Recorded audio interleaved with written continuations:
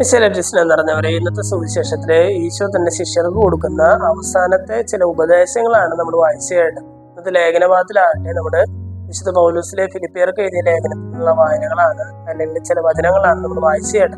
ഇവിടെ പൗലോസിലെ പറയുകയാണ്, നിങ്ങൾ ജീവിക്കുകയാണെങ്കിലും മരിക്കുകയാണെങ്കിലും ക്രിസ്തുവിനെ പ്രസാദിപ്പിച്ച് ജീവിക്കണം എന്ന് പറയുകയാണ്. എന്റെ പൗലോസിലെ പറയുകയാണ്, എനിക്ക് ജീവിതം ക്രിസ്തുവും മരണം നേട്ടവുമാണ്. ജീവിതത്തിലും മരണത്തിലും എങ്ങനെ ക്രിസ്തുവിനെ അല്ലെങ്കിൽ ദൈവത്തെ മഹത്വപ്പെടുത്താമെന്ന് പൗലോസിലെ നമ്മളോട് വചനങ്ങളിലൂടെ ചില കാര്യങ്ങൾ പങ്കുവയ്ക്കുകയാണ്.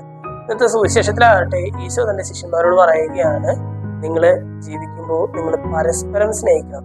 നിങ്ങൾ പരസ്പരം സ്നേഹിക്കുന്നത് വഴി നിങ്ങൾ എൻ്റെ ശിഷ്യന്മാരാണെന്ന് ലോകം മുഴുവൻ അറിയുമെന്ന് പറയുകയാണ്. ചുരുക്കത്തിൽ പറഞ്ഞാൽ, നമ്മുടെ ജീവിതം വഴി ദൈവം മഹത്വപ്പെടാനായിട്ട് ഇടയാകും.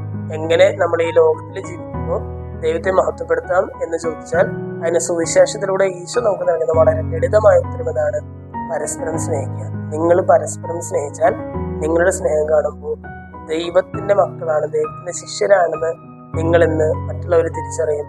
അതുവഴി ദൈവം മഹത്വീകരിക്കപ്പെടും. സ്നേഹമുള്ളവരെ, ഇന്നത്തെ വചനഭാഗങ്ങൾ കേൾക്കുമ്പോൾ പരസ്പരമുള്ള സ്നേഹം വർദ്ധിപ്പിക്കാനായിട്ട് നമുക്ക് പ്രാർത്ഥിക്കാം. ദൈവം നമ്മെല്ലാവരെയും സമൃദ്ധമായിട്ട്